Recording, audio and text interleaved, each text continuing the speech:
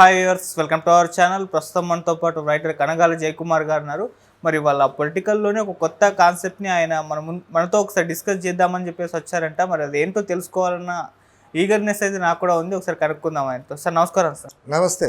సరే, వాళ్ళు ఏ అంశం మీద మాట్లాడబోతున్నారు? డిస్కషన్ కాదు, ఒక కొత్త కాన్సెప్ట్ చెప్తున్నాను నేను. ఇప్పుడు ఏంటంటే మారుతున్న రాజకీయ ప్రస్థానం, రాజకీయాలు మారుతున్నాయి. ఇన్నాళ్ళు రెడ్లు రాజ్యం వెళ్ళారు, కమ్మవాళ్ళు రాజ్యం వెళ్ళారు. అక్కడి నుంచి రాజకీయం మారుతూ ఉంది. ఎందుకంటే మన స్టేట్లో 15% కాపులు ఉన్నారు. ఆ కాపుల్లోనే బలిజ, తెలగ, చాలా ఓబీసీ వాళ్ళందరూ వస్తారు. సో వాళ్ళ పర్సెంట్ 15%, కమ్మవాళ్ళు ఓన్లీ 5%, పోతే రెడ్లు 8%. ఇప్పుడు రెడ్లు కమ్మవాళ్ళు కలిపితే ఎంత పర్సెంట్ వచ్చారు? 8, 5, 13. వీళ్ళంతా 15% ఓబీసీస్. సో ఈ రెడ్లు కమ్మవాళ్ళు కలిపిన దానికన్నా వాళ్ళ జనాభా ఎక్కువ. కాపులు అనుకో, సో అందరినీ కాపులు అంటారు. అందులో చాలా తెగలు ఉన్నాయి, బట్ వాళ్ళందరూ కాపులే. అయితే ఇంతవరకు రాజ్యం వెళ్ళినటువంటి వాళ్ళు కమ్మవాళ్ళు రెడ్లే.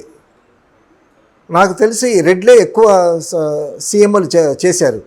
తర్వాత ఎన్టీ రామారావు గారి దగ్గర నుంచి చంద్రబాబు వీళ్ళు వచ్చారు. సో ఇప్పుడు ఏమైంది? ఇప్పుడు చంద్రబాబు నాయుడు గారు కమ్మ సామాజిక వర్గం, పోతే పవన్ కళ్యాణ్ కాపు సామాజిక వర్గం. రెడ్లు కమ్మవాళ్ళు కలవరు, కాపులు ఎవరితోనూ కలవరు. సో ఇటువంటి పరిస్థితుల్లో పవన్ కళ్యాణ్ అనేటటువంటి ఒక యంగ్ డైనమిక్ హీరో వచ్చి కాపుల్ని కమ్మల్ని కలిపారు. సో అందువల్ల ప్రభుత్వం వచ్చింది. పవన్ కళ్యాణ్ కానీ కలవలేదనుకో, సో తెలుగుదేశం ఇండిపెండెంట్గా చేస్తే ఆల్రెడీ 40% వచ్చాయి జగన్కి ఓట్లు. అప్పుడు ఇంకొక 10% అలా వచ్చిందనుకో జగన్కి, అప్పుడు తెలుగుదేశం ప్రభుత్వం వచ్చే అవకాశం లేదు. ఎందుకంటే పవన్ కళ్యాణ్ ఓట్లు చీర్చుకుంటాడు. సో అప్పుడేమిటి, మైనార్టీ అయిపోతుంది కమ్మ సామాజిక వర్గం.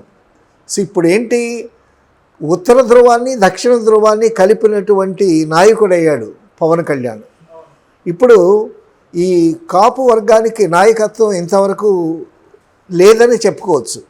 అయితే అంతకుముందు కాపు సామాజిక వర్గం నుంచి వంగవీటి రంగా ఒక డైనమైట్ అయ్యాడు. సో కాపు వాళ్ళ సిగ్నిఫికెన్స్కి అతను ఒక మంచి లీడర్గా తయారయ్యాడు. అయితే కొంత ఏరియాకే పరిమితం అయ్యింది అతని లీడర్షిప్, బట్ అతను కూడా చాలా పవర్ఫుల్ లీడర్ అనేటటువంటి పేరు తెచ్చుకున్నాడు.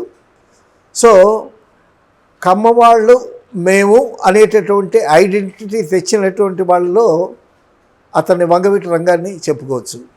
పోతే రాజకీయంగా చిరంజీవి గారు ప్రజారాజ్యం పార్టీ పెట్టి దేశమంతా తిరిగి, సో మొత్తానికి కాపుల్లో ఒక చైతన్యం తీసుకొచ్చాడు.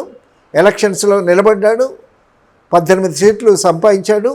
ఓట్ల బాగానే వచ్చింది. బట్ ఆ 18 సీట్లతో ఆయన నిలబడకుండా చాలా శ్రమ చేశాడు. ఆయన చాలామంది పార్టీలో పెద్దవాళ్ళు కూడా జాయిన్ అయ్యారు.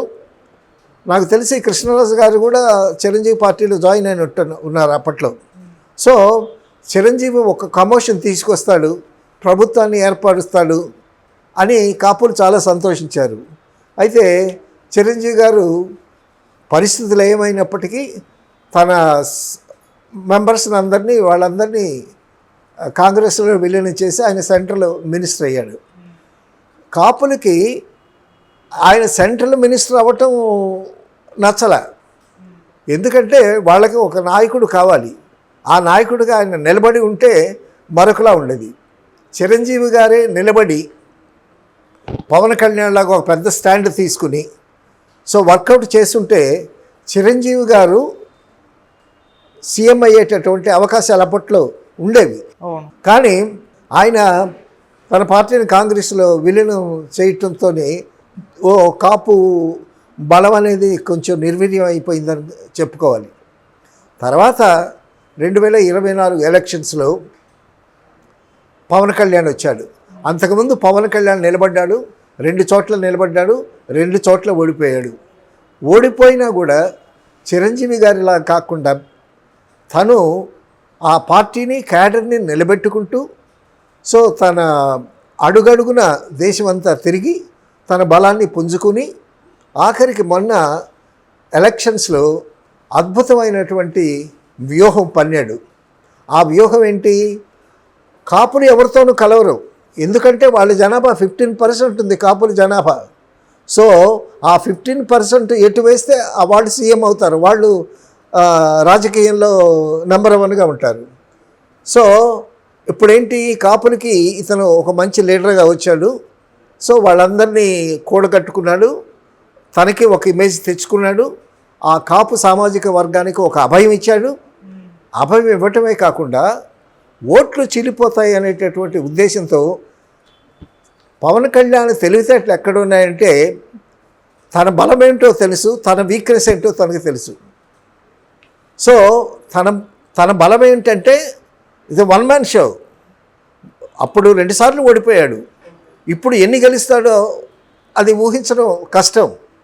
తర్వాత అతని మైనస్ ఏంటంటే రాజకీయ అనుభవం తక్కువ, పరిపాలన అనుభవం తక్కువ. సో ఇవన్నీ ఆలోచించాడు. ఆలోచించి ఏం చేశాడు, ఈ అసలు మీటింగ్స్లోనే చెప్పాడు, కులాల కుమ్ములాట మనకొద్దు, కులాల కుంపుట్లొద్దు, కులం చూసి ఓట్లు వేయటం కాదు, ఒక మంచి పార్టీని ఎంచుకోవాలి, ఆ పార్టీ స్టేట్కి లాభపడాలి, ఆ నాయకులు లాభపడాలి. దేశం ఈ ఇప్పుడున్న ప్రభుత్వం వల్ల చాలా అట్టడుగున ఉన్నాం మనం, అభివృద్ధి కుంటుపడింది. కాబట్టి కులాల గురించి మతాల గురించి ఆలోచించద్దు, కులం ఏమిటి మతం ఏమిటి, మనిషి అన్న తర్వాత ప్రతివాడు మనిషే అని చెప్పి వాళ్ళలో ఒక చైతన్యం తెచ్చాడని చెప్పుకోవాలి. వాళ్ళు ఏం ఆలోచించాడు, చంద్రబాబు నాయుడిని జైల్లో పెట్టిన తర్వాత చంద్రబాబు నాయుడికి సపోర్ట్ ఇస్తూ అప్పుడు చంద్రబాబు నాయుడిని తనతో కలుపుకున్నాడు. తనే వెళ్ళి చంద్రబాబు నాయుడితో కలిశాడని చెప్పుకోవాలి. అలాగే కాకుండా ఓట్లు చీలిపోకుండా, మిగతా ఓట్లు కూడా ఉంటాయి కదా, ఆ ఓట్లు చీలిపోకుండా ఆల్రెడీ జగన్కి ఈ Christian minority, SC BC minority, Muslims చాలా బలంగా ఉన్నాడు జగన్. సో జగన్ని ఓడించాలి అంటే ఓట్లు చీలకుండా ఉండాలి. ఆ ఓట్లు చీలకుండా ఉండాలి అని అంటే అప్పుడు మోడీ దగ్గరికి వెళ్ళి కూటమికి చేద్దామండి అని అన్నాడు. అయితే మోడీకి ఏదో ఓకే అని అన్నాడు, కానీ చంద్రబాబు నాయుడు మీద మోడీకి నమ్మకం లేదు. అయినా ఇతను వచ్చి గట్టిగా అడుగుతున్నాడు. సరే అలవకగా ఓకే అని అన్నాడు మోడీ. అప్పుడు ఈ కూటమిని తయారు చేసి ఈ కూటమితో పాటు ప్రజల్లో తిరిగి ఒక బలమైనటువంటి ఒక మంచి ఉత్సాహాన్ని రేకెత్తించాడు జనాల్లో. ఏం చేశాడు, కాపులు ఎవరితో కలవరు, అవును, ఈ కమ్మ వాళ్ళు కూడా కలవరు, రెడ్లు కూడా కలవరు, రెడ్లు కమ్మ వాళ్ళు అస్సలు కలవరు. కానీ కలవనటువంటి ఒక వర్గాన్ని 15% ఉన్నటువంటి కాపు సామాజిక వర్గాన్ని కమ్మ వాళ్ళతో కలిపాడు. ఇప్పుడు కలిపేటప్పుడు కమ్మ వాళ్ళలో కూడా విభేదాలు వచ్చాయి. ముద్రగడ పద్మనాభం, హరిరామయ్య జోగి వాళ్ళు ఏమన్నారు, నువ్వేమో ముద్రగడ పద్మనాభం, హరిరామ జోగి గారు ఏంటి నువ్వు కమ్మ వాళ్ళకి దాసం చేయమంటావా అని కూడా విమర్శించారు. ముద్రగడ పద్మనాభం అయితే అసలు నువ్వు గెలిస్తే నేను పేరే మార్చుకుంటానని అన్నాడు. సో వాళ్ళకి కొంత ఫాలోయింగ్ ఉంది, హరిరామ జోగి గారికి కానీ ముద్రగడ పద్మనాభం కానీ కాపుల నుంచి కొంత ఉంది. అయితే ఈ ఒక ప్రపంచంలాగా వచ్చాడు పవన్ కళ్యాణ్, ఒక ఉప్పెనలాగా, ఒక తుఫాన్లాగా వచ్చాడు. మోడీ అదే అన్నాడు కదా, ఓ పవన్ నాహి తుఫాన్ అని అన్నాడు. సో అది భలే పని చేసింది, అది మోడీ అప్రిసియేషన్. సో మొత్తానికి మోడీ ఊహించలేదు, చంద్రబాబు నాయుడు ఊహించలేదు, పవన్ కళ్యాణ్ కూడా ఊహించలేదు. బంపర్ మెజారిటీ 164 వచ్చింది మెజారిటీ. అంటే కలవనటువంటి కమ్మవారిని కాపు సామాజిక వర్గాన్ని కలిపినటువంటి క్రెడిట్ పవన్ కళ్యాణ్కి.